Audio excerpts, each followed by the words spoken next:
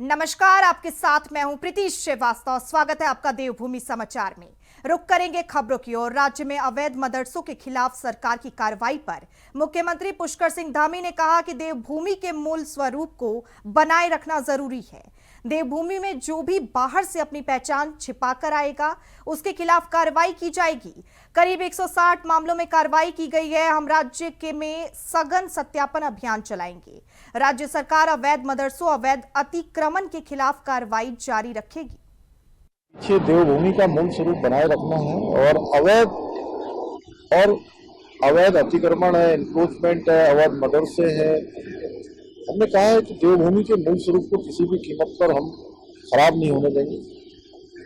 देवभूमि का अस्तित्व बचा रहना चाहिए, क्योंकि देवभूमि को पूरे देश दुनिया के लोग देखते हैं और कानून के साथ जीना सबकी आदत में आना चाहिए।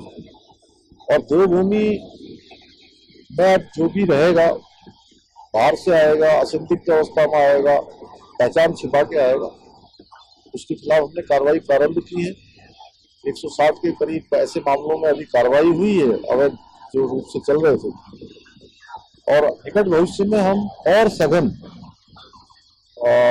वेरिफिकेशन ड्राइव चलाने वाले हैं, जिससे कि कहीं पर भी कोई भी अपराधी किस्म का, कोई भी यहाँ पर वांछित अपराधी या असंदिग्ध होने वाला किसी भी कीमत पर हमारे राज्य के अंदर प्रवेश न कर पाए।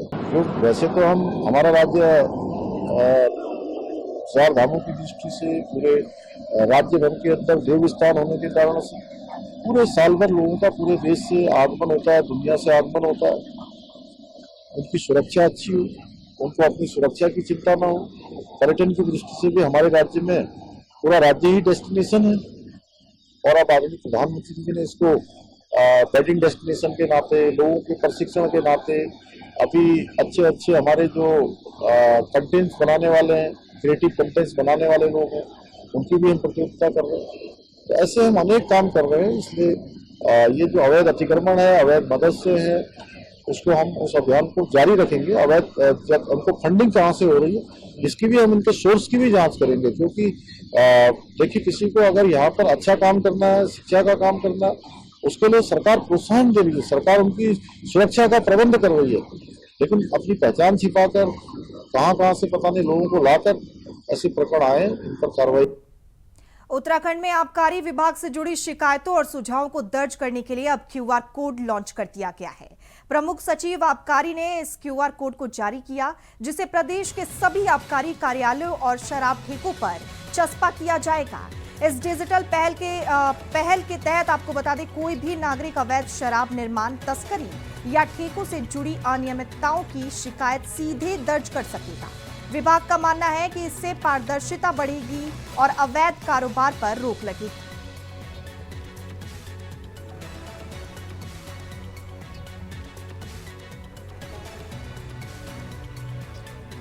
आबकारी विभाग की शिकायतें अब क्यूआर कोड के माध्यम से दर्ज की जाएंगी। आपको बता दें, उत्तराखंड में आबकारी विभाग से जुड़ी शिकायतों और सुझाव को दर्ज करने के लिए अब क्यूआर कोड लॉन्च कर दिया गया है। प्रमुख सचिव आबकारी ने इस क्यूआर कोड को जारी किया, जिसे प्रदेश के सभी आबकारी कार्यालयों और शराब ठेकों पर चस्पा किया जाएगा। इस डिजिटल पहल के तहत कोई भी नागरिक अवैध शराब निर्माण, तस्करी या ठेकों से जुड़ी अनियमितताओं की शिकायत सीधे दर्ज कर सकेगा। विभाग का मानना है कि इससे पारदर्शिता बढ़ेगी और अवैध कारोबार पर रोक लगेगी।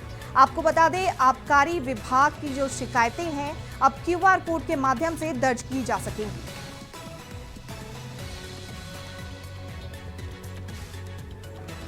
इस खबर पर ज्यादा जानकारी के साथ हमारे साथ चैनल हेड अवनीश प्रेमी जी जुड़ चुके हैं। अवनीश जी, क्या कुछ जानकारी है जिस तरीके से आबकारी विभाग ने क्यूआर कोड लॉन्च किया है? आबकारी विभाग की जो शिकायतें हैं अब वो इस क्यूआर कोड के जरिए की जाएंगी। इस खबर पर विस्तार से जानकारी दीजिए। देखिए बिल्कुल, आपको कि उत्तराखंड का जो आबकारी विभाग है वो चर्चाओं में रहा है, और इस समय जो तमाम चीजें हैं वो कहीं ना कहीं आबकारी विभाग के इर्द गिर्द घूमती हैं। अब सवाल ये है कि उत्तराखंड में अवैध शराब बिक रही है, भारी शराब बेची जा रही है, शराब की ओवर रेटिंग हो रही है, और सबसे बड़ी बात है कि इसमें कालाबाजारी सामने आ रही है। तमाम ऐसे आरोप हैं जो आबकारी विभाग के ऊपर लगते रहे हैं। तो यही कारण है कि आबकारी विभाग ने अब चीजों से बचने के लिए एक क्यूआर कोड जो है वो लॉन्च किया है। अगर किसी को भी शिकायत है तो वो इस क्यूआर कोड पर स्कैन कर सकता है और उसकी जो मामला है वो दर्ज हो जाएगा। दूसरा मैं आपको बता दूं कि ओवर रेटिंग जो शिकायतें हैं उसमें शिकायत हो सकती है। अगर कोई आबकारी विभाग का अधिकारी आपसे पैसे की डिमांड कर रहा है उसमें जांच हो सकती है। जो दलाल हैं उनके खिलाफ जांच होती है। कई तरह के इस तरह के बिंदु हैं जो इस क्यूआर कोड में हैं। और सबसे बड़ी बात है कि उत्तराखंड पहला ऐसा स्टेट है जहां पर आबकारी विभाग ने क्यूआर कोड लॉन्च किया है, आबकारी विभाग की गतिविधियों को जानने के लिए भी और जो खामियां हैं उनको दूर करने के लिए भी आदमी अपने सुझाव दे सकते हैं। दूसरा ये है कि जब आबकारी पॉलिसी आएगी तो उसमें किस तरह के सुझाव हो सकते हैं वो भी इस क्यूआर कोड के माध्यम से आप दे सकते हैं। तो तमाम फीचर इस तरह के क्यूआर कोड में रखे गए हैं जो कहीं ना कहीं ये दिखाने की कोशिश करेंगे कि आबकारी विभाग पारदर्शिता के साथ चल रहा है। अगर उसमें किसी तरह की कोई खामियां हैं या कुछ सुझाव हैं तो वो एक आम आदमी, उत्तराखंड का आदमी उसमें दे सकता है। जी अवनीश, जिन लोगों के पास स्मार्टफोन नहीं है और जिन्हें टेक्निकल नॉलेज नहीं है उतनी, वो इस क्यूआर कोड से कैसे शिकायत दर्ज कर सकेंगे? देखिए आपने बिल्कुल कहा, क्योंकि अभी शुरुआती उसमें है, अभी तो क्यूआर कोड लॉन्च किया गया है। लेकिन ऐसे लोगों के पास जो एंड्रॉइड जिनके पास फोन नहीं है या आईफोन नहीं है वो कैसे शिकायत करेंगे? तो उसके लिए पहले से ही हमारे यहाँ है। उसके लिए ही आपने देखा होगा कि जो भी शराब की दुकानें होती है वहां पर नंबर दिया होता है कि अगर किसी को कोई शिकायत है तो सीधे आबकारी विभाग के अधिकारी से संपर्क कर सकता है या उस इलाके का जो आबकारी इंस्पेक्टर होगा उससे भी शिकायत करता है। तो ये एक मैनुअली व्यवस्था बहुत पहले से हर स्टेट में चली आ रही है, लेकिन हाँ क्यूआर कोड की व्यवस्था पहली बार उत्तराखंड में की गई है। जी अवनीश, तमाम जानकारी के लिए और हमारे साथ जुड़ने के लिए आपका बहुत धन्यवाद।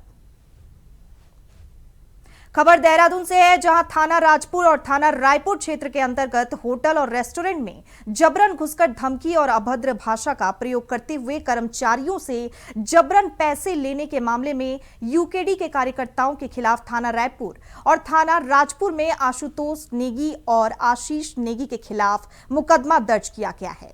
वहीं एसएसपी अजय सिंह का कहना है कि दो अलग अलग मुकदमे दर्ज किए गए थे, एक रायपुर और दूसरा राजपुर थाने में मुकदमा दर्ज हुआ था। इसमें दो नामजद आरोपियों को पूछताछ के लिए बुलाया गया था। सबूतों के आधार पर उन्हें गिरफ्तार किया गया। बता दें कि यूकेडी के कार्यकर्ता आशुतोष नेगी पौड़ी का हिस्ट्री शीटर है और पौड़ी में करीब 8 मुकदमे उस पर दर्ज हैं।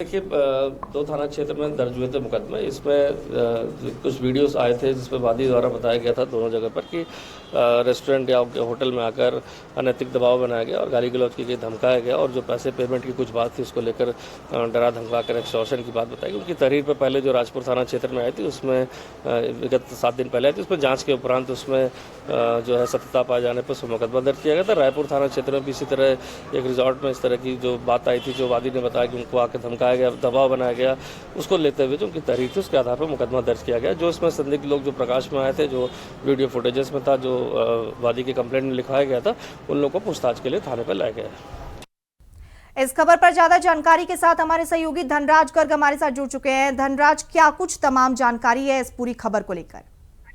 जी बिल्कुल, देखिए एक मामला राजधानी देहरादून से निकल कर आया था जहां पर कुछ अराजक तत्वों ने कहीं ना कहीं इस तरीके से कहा जाए कि रेस्टोरेंट पर जाकर धमकाने का काम किया था और जिसके बाद पुलिस हरकत में आई और पुलिस ने उन दोनों लोगों को गिरफ्तार भी कर लिया। हालांकि दोनों ही एक राजनीतिक दल से बताए जा रहे हैं और दोनों को गिरफ्तार कर अब कहीं ना कहीं सलाखों के पीछे पहुंचाने का काम किया है। और आप देखिएगा कि लगातार जिस तरीके से उत्तराखंड के अंदर मैदान और पहाड़ का जो विवाद है वो लगातार होता हुआ नजर आ रहा है और इसको कहीं ना कहीं भड़काने की कोशिश कुछ अराजक तत्वों के द्वारा किया जा रहा है। लेकिन मुख्यमंत्री पुष्कर धामी ने दो टूक कह दिया है कि ऐसे लोगों को बर्दाश्त नहीं किया जाएगा और मैदान और पहाड़ का जो मामला है वो उत्तराखंड के अंदर नहीं होने दिया जाएगा, क्योंकि पूरा जो लोग हैं यहाँ के वो उत्तराखंड वासी हैं और उत्तराखंडी उनको कहा जाता है, ना कि कोई पहाड़ का है ना कोई मैदान का है। तो इस तरीके से देखा जाए कि लगातार जो इस तरह के लोग हैं जो कहीं ना कहीं इस विवाद को तुल देने का काम कर रहे हैं, ऐसे लोगों पर अब पुलिस प्रशासन भी सख्त होता हुआ नजर आ रहा है, क्योंकि सीएम मुख्यमंत्री पुष्कर सिंह धामी की तरफ से जो आदेश जारी किए गए हैं और साफ तौर पर कहा गया है कि जो भी ऐसे अराजक तत्व हैं जो पहाड़ मैदान की बात करते हैं उन पर कड़ी से कड़ी कार्रवाई यहाँ पर जरूर की जाएगी। जी धनराज, मामले में 2 आरोपी गिरफ्तार हुए हैं, उन्हें पूछताछ के लिए भी बुलाया गया है। पूछताछ में क्या कुछ खबर जो है, जानकारी जो है वो सामने निकल कर आई है? बिल्कुल प्रीति, देखिए जो मामला था वो कहीं ना कहीं ये मामला सामने आया था कि एक मामला राजपुर थाना क्षेत्र का था और एक मामला रायपुर का था, कि जहां पर रेस्टोरेंट में घुसकर इन लोगों ने कहीं ना कहीं उनको धमकाने का काम किया था और पहाड़ी मैदान की बात की थी। तो इसको देखते हुए कहीं ना कहीं शिकायत दर्ज की गई थी और इनको आज पुलिस ने हिरासत में लिया था और हिरासत में इनसे पूछताछ की गई और पूछताछ करने के बाद इनको कहीं ना कहीं जो आरोप इन पर लगे थे वो कहीं ना कहीं सही साबित हुए हैं और दोनों को ही गिरफ्तार किया गया है और दोनों को अब सलाखों के पीछे पहुंचा दिया गया है। जी, गिरफ्तारी जो हुई है वो कई सबूतों के आधार पर हुई है। क्या कुछ सबूत मिले थे जिन सबूतों के आधार पर ये गिरफ्तारी पुलिस ने की है? बिल्कुल प्रीति, देखिए पुलिस ने कई सबूत वहां से जुटाए हैं। जो सीसीटीवी कैमरे हैं उनमें भी कहीं ना कहीं वो लोग तो उनको धमकाते हुए नजर आ रहे हैं और उसके साथ ही कई ऐसे सबूत वहां पर मिले हैं कि कहीं ना कहीं जो कहा जाए कि समान तौर पर कि उनको जो सबूत मिले हैं उनके आधार पर ही उनको गिरफ्तार किया गया है और अब उनको सलाखों के पीछे पहुंचाया गया है। जी धनराज, तमाम जानकारी के लिए और हमारे साथ जुड़ने के लिए आपका बहुत धन्यवाद।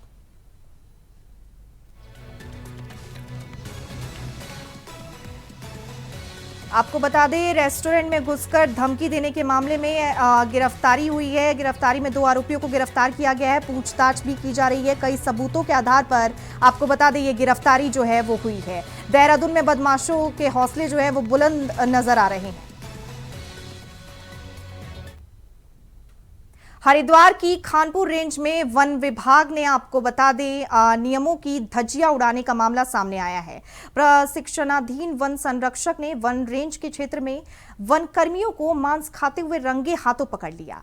सूचना मिलते ही वन विभाग में हड़कंप मच गई और जांच शुरू कर दी गई। वन विभाग के नियमों के अनुसार संरक्षित क्षेत्रों में मांसाहार पूरी तरह प्रतिबंधित है। ऐसे में ये गंभीर मामला सामने माना जा रहा है। आपको बता दें, मुख्य आरोपी पर कड़ी कार्रवाई की जा रही है। डीएफओ के अनुसार खानपुर रेंज में ये सूचना मिली थी, वहां संरक्षित प्रजातियों के जीवों को लाया जा रहा है। इस पर टीम ने जांच की और पूछताछ के बाद एक मुख्य आरोपी के खिलाफ कड़ी कार्रवाई की। हमारी टीम को कल 26 मार्च को ये सूचना मिली थी कि खानपुर रेंज के अंतर्गत जो हमारा कुड़का वाला क्षेत्र है वहाँ पे कुछ व्यक्तियों द्वारा जो है संरक्षित प्रजाति के वन्य जीवों के मांस को लाया जा रहा है। सूचना मिलने के उपरांत तत्काल खानपुर रेंज की टीम द्वारा मौके पे दबिश दी गई और वहाँ से चीतल के मांस को बरामद किया गया और एक जो संबंधित मुख्य अभियुक्त है इस प्रकरण में श्री हुकुम सिंह पुत्र श्री सोमा, जो कि जिगरहेड़ी ग्राम के निवासी हैं थाना भगवानपुर में, उनको गिरफ्तार किया गया है। संबंधित अभियुक्त द्वारा अपना जो जुर्म है उसको कबूला गया है और उनके विरुद्ध वन्य जीव संरक्षण अधिनियम की सुसंगत धाराओं में मुकदमा जो है दर्ज किया गया। धामी सरकार के 3 साल बेमिसाल के कार्यक्रम में बीजेपी के तमाम नेताओं के साथ नारसन ब्लॉक क्षेत्र में तमाम अधिकारी मौजूद रहे। ये कार्यक्रम मंगलौर के लिबरहेड़ी में पूर्व कैबिनेट मंत्री करतार सिंह भड़ाना के नेतृत्व में आयोजित किया गया। आपको बता दें, कार्यक्रम के दौरान करतार सिंह भड़ाना ने उत्तराखंड के मुख्यमंत्री पुष्कर सिंह धामी के 3 साल के कार्यकाल को जनता के बीच साझा करते हुए लोगों को जानकारी दी। मदरसा बोर्ड के अध्यक्ष शमून कासमी ने धामी सरकार के 3 साल के कार्यकाल पर प्रकाश डालते हुए कहा कि धामी सरकार ने जितने कार्य हिंदुओं के लिए किए हैं उतने ही मुसलमानों के लिए भी किए।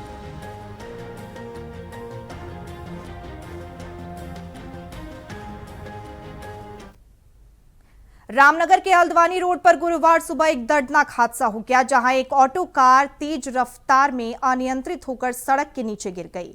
आपको बता दें, इसमें कई लोगों की जो है वो मौत हुई है, जबकि उनके साथ बैठे पप्पू सैनी गंभीर रूप से घायल हो गए हैं।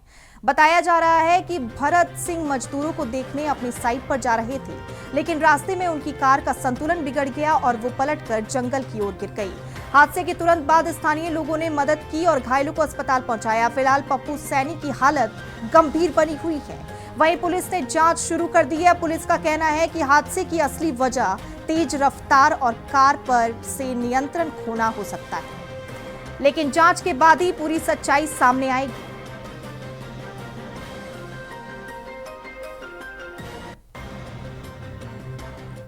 4 घंटे पहले एक विषय संज्ञान में आया, एक जिहादी मानसिकता का व्यक्ति जिसका नाम सलीम। छोटे भाई का एक्सीडेंट हो गया है छोई के आसपास। सुबह 7:15 बजे यहाँ से घर से निकले थे, ये पता नहीं चल रहा है किस चीज़ से वो क्या हुआ। और साथ में जो इनका जो है ठेकेदारी का काम चल रहा था, वहाँ को लेबर को भी ले जा रहे थे और वो जो है सीरियस हालत में है। उसका नाम पप्पू सैनी और हमारे भाई का नाम भरत सिंह है जो कि एक्सपायर हुआ। हल्द्वानी के चोरगलिया क्षेत्र के ग्रामीणों ने प्रशासन से गंभीर नंधौर नदी से आने वाली बाढ़ के खतरे को लेकर सुरक्षा उपाय करने की मांग की है। आपको बता दें, ग्रामीणों का आरोप है कि पिछले साल बाढ़ नियंत्रण के नाम पर किए गए कार्य पूरी तरह से फेल हो गए और ताश के पत्तों की तरह बह गए। इस बार भी नंधौर नदी का मुहाना गांव की ओर हो गया है, जिससे मकान, जमीन और गांव के बह जाने का खतरा बना हुआ है। ग्रामीणों ने उप जिलाधिकारी परितोष वर्मा को ज्ञापन सौंपते हुए जल्द ठोस कदम उठाने की मांग की है।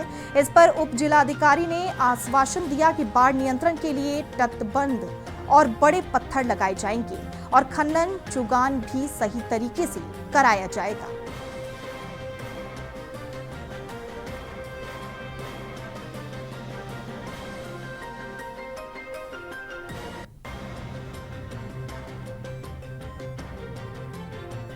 बंधुओं का बहुत बहुत धन्यवाद करता हूं कि ऐसी कड़कती धूप में जनता की आवाज़ सुनने के लिए पहली लाइन पर आप खड़े हैं। मान्यवर, जैसा कि आप लोगों को भी अवगत होगा, चोरगलिया जनपद नैनीताल का जो है आखिरी तोक है। विगत 15 साल से नंदौर नदी से जो है वहाँ का क्षेत्र, जो नंदौर नदी के किनारे का गांव है, वो बाढ़ प्रभावित है। लेकिन यह कहने में मुझे कुरेद नहीं है कि हमारी वर्तमान या पहले की सरकारों ने और संबंधित विभागों ने जो है उसमें कुछ हिला हवाली करके लिपापोती जरूर करी, लेकिन विगत वर्षों की भयंकर बाढ़ से जो है ये सारी लिपापोती, जितने भी बाढ़ प्रबंधन के निर्माण कार्य थे, वो सारे जो है ध्वस्त हो चुके हैं। आज हालात ये हो गई है कि बाढ़ का सीजन केवल 2 महीना रह गया, लेकिन कहीं पर भी एक पत्थर न लगने से जो है जनता में आक्रोश के साथ साथ ही बहुत बड़ी चिंता का विषय बना हुआ है, क्योंकि नदी का पूरा रुख गलत तकनीकी के कारण, खनन होने के कारण पूरा रुख जो है गांव की तरफ हो गया, जिससे जो है गांव का हर आदमी, जो प्रभावित लोग हैं, वो जो है दुखी हैं और चिंतित हैं।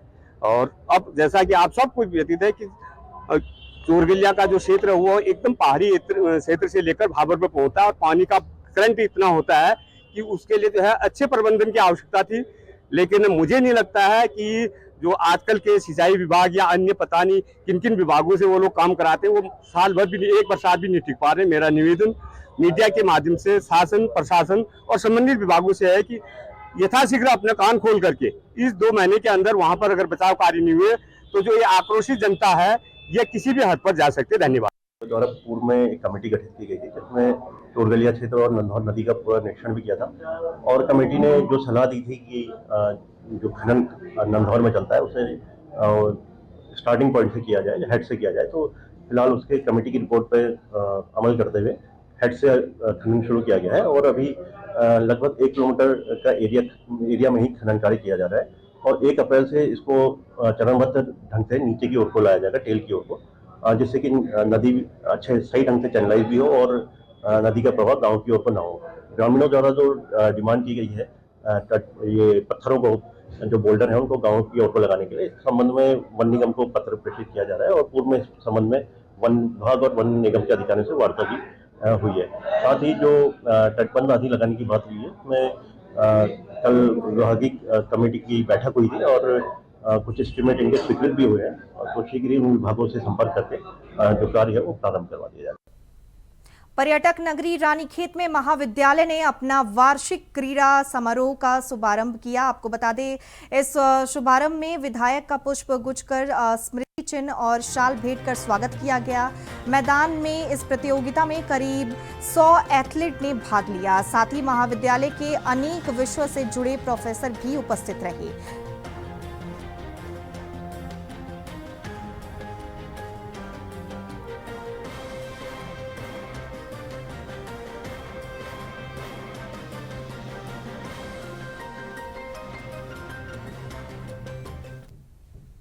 राष्ट्रीय स्वयंसेवक संघ के शताब्दी वर्ष को लेकर तैयारियां जोरों पर हैं। उत्तराखंड प्रांत कार्यवाही दिनेश सेमवाल ने बताया कि 2 अक्टूबर 2025 को विजयदशमी पर्व से कार्यक्रमों की शुरुआत जो है वो की जाएगी। इसके बाद नवंबर 2025 से जनवरी 2026 के बीच 21 दिन का घर घर संपर्क अभियान चलाया जाएगा। उत्तराखंड में आपको बता दें 649 बस्तियों में हिंदू सम्मेलन आयोजित किए जाएंगे। वहीं 20 सितंबर 2026 से 10 अक्टूबर 2026 तक अधिकतम स्थानों पर 7 दिन की शाखाएं लगाई जाएंगी। बता दें कि आरएसएस की अखिल भारतीय प्रतिनिधि सभा की बैठक 21 से 23 मार्च को बेंगलुरु में संपन्न हुई थी, जिसमें ये बड़े फैसले लिए गए। आरएसएस के शताब्दी वर्ष की तैयारियां शुरू हो चुकी हैं। शताब्दी वर्ष है। शताब्दी वर्ष के कुछ हमने कार्य योजना निश्चित की है। तो 2 अक्टूबर विजयदशमी के दिन से ही और विजयदशमी के कार्यक्रम से ही और शताब्दी वर्ष का आरंभ होगा। तो इस शताब्दी वर्ष में और विजयदशमी के अवसर पर बड़े बड़े गणवेश के अंदर ऐसे संचलन के कार्यक्रम, पथ संचलनों के कार्यक्रम रखे हैं। इसके बाद नवंबर 2025 से और जनवरी 2026 के मध्य यानी कोई 3 सप्ताह के अंतर्गत अपना कोई फोल्डर लेकर कोई योजना, सेवा के कार्य, अपने विचार और इन सबको घर घर, इसको गृह संपर्क अभियान है, गृह संपर्क योजना के अंतर्गत और 3 सप्ताह में हमने इस कार्यक्रम अभियान चलाना है। ऐसे ही उत्तराखंड में 649 बस्ती और 712 मंडल, इन मंडलों में और बड़े बड़े हिंदू सम्मेलन, विराट हिंदू सम्मेलन की योजना रहेगी। इसके बाद नगर और खंडों में खंड स्तर पर सामाजिक सद्भाव बैठकें, सद्भाव गोष्ठियां, ये आयोजन किया जाएगा। जिला स्तर पर प्रमुख जन गोष्ठी यानी नागरिक गोष्ठी का आयोजन किया जाएगा। और फिर अंत में प्रांत, विभाग और जिला, इसी स्तर पर विद्यार्थी सम्मेलन, युवा सम्मेलन, ऐसे कार्यक्रमों का आयोजन होगा। और फिर अंत में अंतिम जो कार्यक्रम है वो 20 सितंबर 2026 से 10 अक्टूबर 2026 तक अधिकतम स्थानों तक, जो स्थान हमारे छूटे हैं। उत्तराखंड के सचिवालय में सन्नाटा पसरा हुआ है। फरियादी अपने कामों के लिए यहां नहीं आ रहे, ये कहना है पूर्व मुख्यमंत्री हरीश रावत का, जो आज खुद सचिवालय पहुंचे। उनका कहना है कि जनता की समस्याएं अनसुनी हो रही हैं। सरकारी दफ्तरों में अब फरियादियों की भीड़ नहीं दिखती। उन्होंने प्रदेश सरकार पर हमला निशाना साधते हुए कहा कि जब जनता को ही सुनवाई का भरोसा ना हो तो सचिवालय में आकर वो क्या करेंगे। सवाल ये उठता है कि देहरादून उत्तराखंड सचिवालय सूना पड़ा हुआ है। आपको बता दें हरीश रावत ने सीएम पर हमला करते हुए कहा है कि सचिवालय जो है, सचिवालय पर उन्होंने सवाल उठाए हैं और सीएम योगी पर भी उन्होंने बहुत कुछ कहा है। उत्तराखंड के सचिवालय में सन्नाटा पसरा हुआ है। फरियादी अपने कामों के लिए यहां नहीं आ पा रहे हैं। आपको बता दें पूर्व सीएम मुख्यमंत्री हरीश रावत का ये कहना है, आज खुद सचिवालय वो पहुंचे हैं जहां उन्होंने ये सब कहा और जनता की समस्याएं वहां अनसुनी हो रही है, ऐसा भी कहा। सरकारी दफ्तरों में अब फरियादियों की भीड़ नहीं दिखती, ऐसा भी उन्होंने कहा है। उन्होंने प्रदेश सरकार पर निशाना साधते हुए कहा कि जब जनता को ही सुनवाई का भरोसा ना हो तो सचिवालय में आकर वो क्या करेंगे। सवाल अब ये उठता है कि देहरादून में आपको बता दें सचिवालय जो है वो सन्नाटा पड़ा हुआ है, ऐसा वहां क्यों हो रहा है। हरीश रावत ने आपको बता दें सरकार को निशाने पर लिया है। उत्तराखंड के सचिवालय में सन्नाटा पसरा हुआ है। फरियादी तरीके से व्यापारियों को धमकाया जा रहा है और हमें लगता है कि इस मामले में लीपापोती की जा रही है। हमारी ये मांग है कि ये लोग पकड़े जाने चाहिए जो हमारे उत्तराखंड के माहौल को खराब कर रहे हैं। ये जानबूझ के हमारे व्यापारियों में ऐसे संदेश भेज रहे हैं, ऐसे सोशल मीडिया पर पोस्ट डाल रहे हैं, भड़काऊ पोस्ट डाल रहे हैं कि अगर व्यापारी भड़क गया तो यहाँ पे उग्र आंदोलन हो जाएगा। तो हम यहाँ पे ये मांग करने के लिए आए हैं कि ये लोग जो हमें भड़का रहे हैं, हमारे को तंग कर रहे हैं और जिस तरीके से वहाँ पे पैसों की मांग हुई पिरामिड के यहाँ। तो मैं इंदिरा मार्केट से 36 साल से अध्यक्ष हूं और हम 40 साल से व्यापार मंडल से जुड़े हुए हैं और व्यापार मंडल की एकता से ही चला जा रहा है। दूसरा यह है कि व्यापार मंडल किसी टाइम भी व्यापारियों के साथ कोई भी अन्याय हुआ उसमें व्यापार मंडल एक मुठ होके खड़ा हुआ। आज की डेट में जो अगर हम लोगों को डराया जाएगा तो ऐसे काम नहीं चलेगा। इसमें सरकार को भी सोचना पड़ेगा, क्योंकि कोरोना काल में बाजार बंद रहे और फिर भी व्यापारियों ने साथ दिया। व्यापारी एक ऐसा बंदा है जिसके व्यापार से सारा प्रशासन चलता है, सारी सरकारें चलती हैं।